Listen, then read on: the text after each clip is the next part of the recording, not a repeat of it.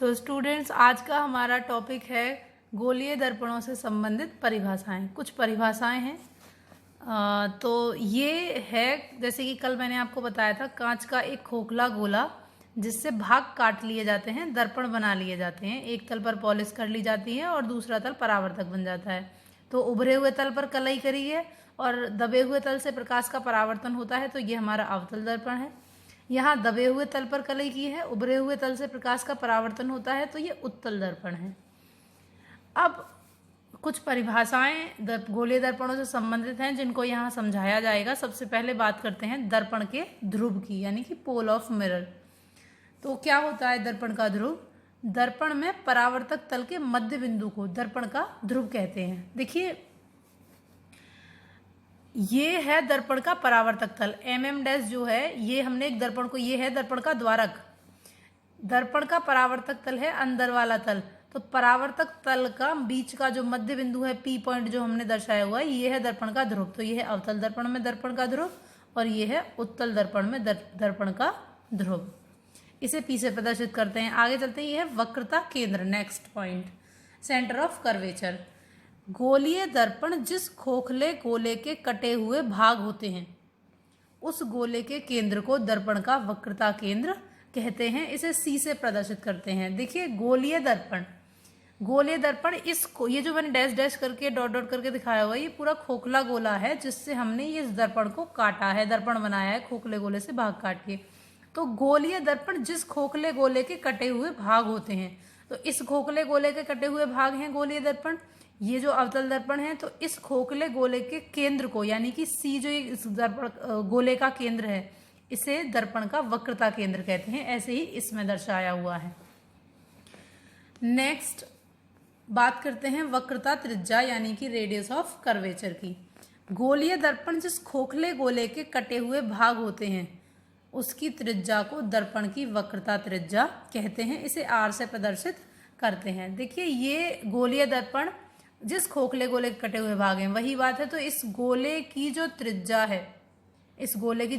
है, उसे हम वक्रता त्रिज्या कहते हैं। तो यहाँ पर जो इस त्रिज्या को दर्शाया हुआ है, ध्रुव से लेकर केंद्र तक की दूरी, ध्रुव से लेकर वक्रता केंद्र तक की दूरी दर्पण की वक्रता त्रिज्या कहलाती है। ऐसे यहाँ पर दर्पण के ध्रुव से लेकर दर्पण के केंद्र तक की दूरी, वक्रता केंद्र तक की दूरी दर्पण की वक्रता त्रिज्या आर कहलाती है। मुख्य अक्ष, यानी कि प्रिंसिपल एक्सिस।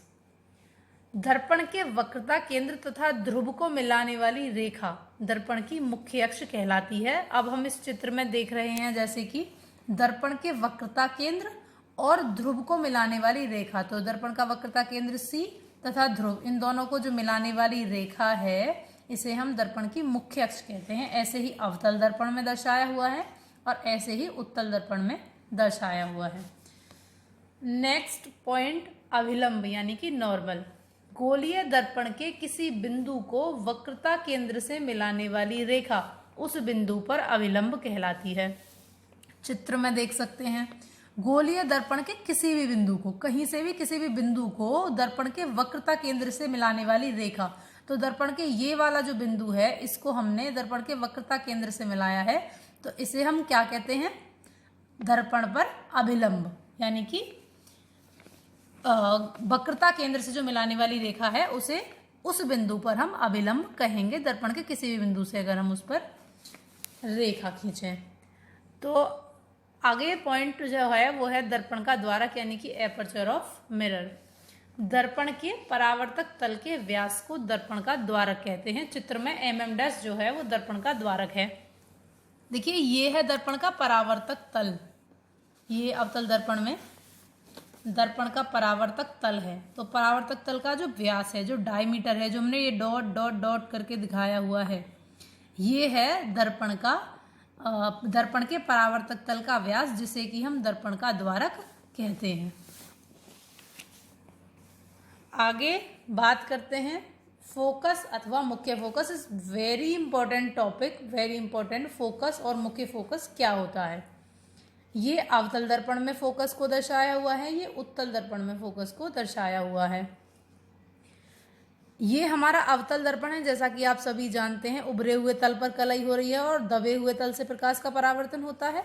ये हमारा उत्तल दर्पण है, जिसमें दबे हुए तल पर कलई होती है और उभरे हुए तल से प्रकाश का परावर्तन होता है। ये P जो है वो दर्पण का ध्रुव है, जैसा कि आप जानते हैं। C दर्पण का वक्रता केंद्र है। M1 M2 एक अवतल दर्पण है, यहाँ पर भी M1 M2 एक उत्तल दर्पण है। अब फोकस क्या होता है उसको समझने के लिए सबसे पहले ये हैं कुछ आपतित किरणें, जो दर्पण पर प्रकाश किरणें आपतित हो रही हैं। एक ये है, ये है, ये है और ये है। ये है दर्पण की मुख्य अक्ष CP। तो दर्पण पर जो आपतित प्रकाश किरणें हैं वो दर्पण पे टकराने के बाद उसी माध्यम में वापस लौट जाती हैं। यही होता है प्रकाश का परावर्तन। तो ये टकराती हैं और वापस लौट जाती हैं।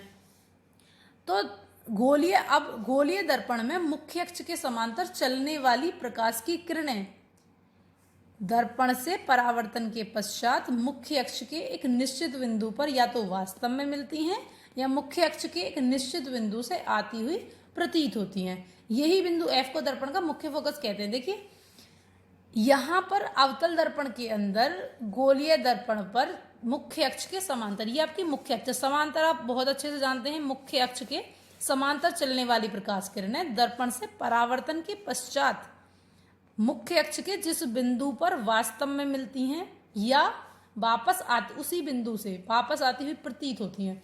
तो अगर वास्तव में मिलती हैं तो हम बात अवतल दर्पण की कर रहे हैं। अवतल दर्पण में वास्तव में आपतित किरणें परावर्तित होने के बाद एक मुख्य अक्ष के एक बिंदु पर जाकर मिलती हैं, और उत्तल दर्पण में उसी बिंदु से वापस आती हुई प्रतीत होती हैं। तो जो हमने परिभाषा में आपको बताया वही बिंदु दर्पण का मुख्य फोकस कहलाता है, जो F से प्रदर्शित होता है। आप देख रहे हैं यहाँ से प्रकाश किरणें परावर्तक तल पे टकरा रही हैं और वापस आती हुई प्रतीत हो रही हैं। डॉट डॉट का मतलब प्रतीत हो रही हैं, यहाँ पे क्लियर हो रही हैं। तो इसे हम F से प्रदर्शित करते हैं। आगे बात करते हैं नेक्स्ट नंबर 8 पॉइंट, फोकस दूरी यानी कि फोकल लेंथ।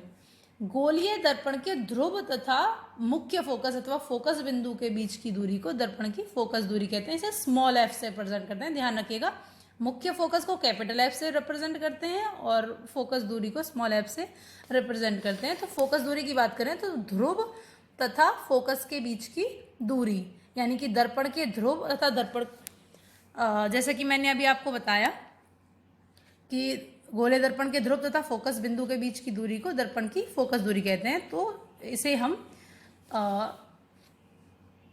दर्पण के ध्रुव और फोकस के बीच की दूरी PF को हम दर्पण की फोकस दूरी कहेंगे। यहाँ भी PF को हम दर्पण की फोकस दूरी कहते हैं। Thank you.